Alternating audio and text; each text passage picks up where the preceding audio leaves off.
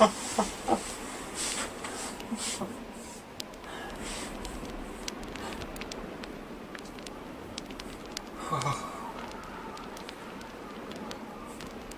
I wish I was a Graceling.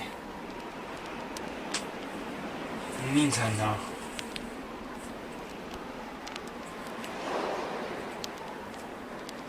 we can at least read about being one.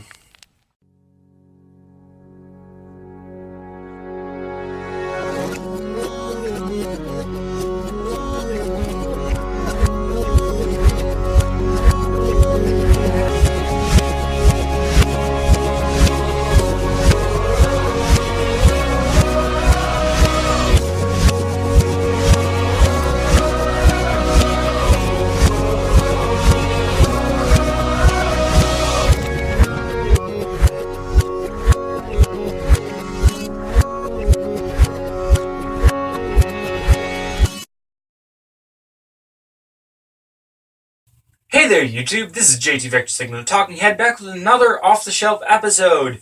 First of all, I'd like to apologize if my mood seems a little bit off today, between some computer troubles I've been having last night and this morning, and last week's fuck-up on this series. I've got some stuff rattling around here. Onto the book this week. I wanted to go with something different. So I thought, what's as different from a down-to-earth, reality-based legal drama as I can get? How about a fantasy world where people have superpowers? Oh yeah, I have that book. This is Graceling by Kristen Gashore. It is the first in the Seven Kingdoms trilogy by this author. It goes Graceling, Fire, and then Bitterblue. I have read all three. I do not own Bitterblue, but I really hope I do soon. The story goes that the main character, Katza, is the niece of one of the kings, King Randa, except that she's actually his slave because she happens to be one of the few who is graced. She has the power to kill anyone with her bare hands if she chooses to. She doesn't like being his slave, but she doesn't really see a way out of it. And then she meets Poe, a Graceling prince from another kingdom, who teaches her a lot of stuff about herself. Now, they do go on an adventure and stop an evil king, but the main story is more about Katza's journey to find her own humanity. It's not exactly a coming-of-age story because Katza doesn't grow up at all during the story. It takes place over a fairly short amount of time. But it's similar in that it's about finding oneself. It's about facing your demons and just... It's a journey of self-discovery. It is therefore a character-based story, which means I really, really, really like it.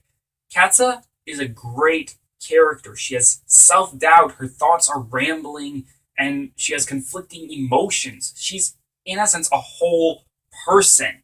Similarly, every significant character in this book is great. Not every character that is named is significant, but a good number of them actually are, like Poe, or Katza's cousin Raffen. Every single one of these characters has problems and issues, and they're people. It's that time again. I have to issue a spoiler warning! If you haven't read the book, go ahead and read it now. Cut out the video. Or if you just want to keep going on this video, you can skip to this time right up here and be on your way. For those of you that remain, you obviously don't care about spoilers, so let's get right into it, shall we? First off, let's talk about those characters and their problems. Poe is the second most important character in the book, after Katza, and obviously he ends up being with her. His problem is that he has, for a very long time, misrepresented his grace to pretty much everyone. Very few people know what the actual truth of his grace is. And in fact, even he doesn't really know because his grace changes in the book, and that's very cool to experience and see. The thing that I like most about this is Katza's reaction when she finds out. She's furious, but at the same time, she's more furious at herself, I feel like, that she never guessed the truth, than at Poe for even keeping it from her. She can understand why he would. In addition, I feel like she's angry because he is able to hide the truth of his grace, whereas she really is not. Also very cool about Poe's Grace is the fact that its true nature is hinted at from the very beginning of the book.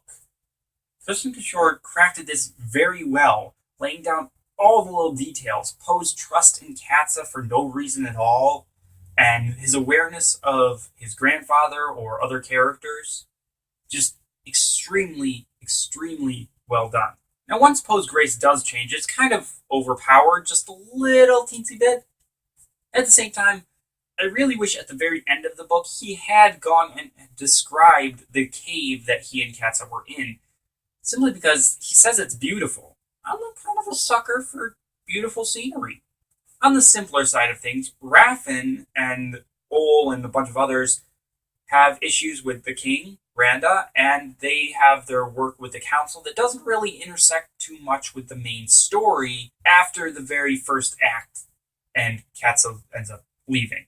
They aren't focused on Katza or Lek. Speaking of Lek, Lek is a highly disturbed individual. In this book, he's mostly a liar, but the other two books do a lot to expand upon his cruelty and show what he really is like. What we hear in this book is mostly from Bitterblue, who heard it from her mother, who has probably watered it down a lot because her daughter's only 10 years old and she doesn't want her to know how much of a perverted and crazy person Lek really is. On that, I would like to note that Lek isn't actually the main antagonist of this book.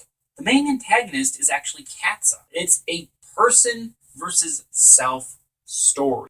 At this point, I would add in that Poe and Katza's relationship is better than Twilight, but since everything is better than Twilight, so if you've made it this far, there's only a couple more points I got. The first one, I've really driven in the character-based nature of this story simply because there's a DreamWorks affiliate. I'm not really sure what they are, how that's related, but somebody who works with DreamWorks Studios, or producers, or whatever, has the movie rights to this book.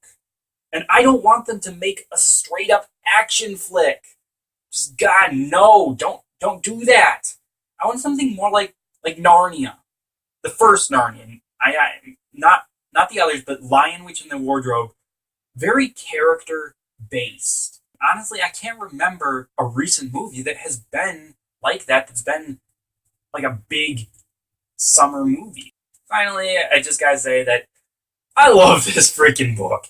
I'm giving this my first 5 out of 5. I will keep this book forever.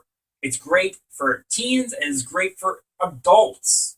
An incredibly well done, well crafted story. It has good romance that actually feels natural. It sucks you in.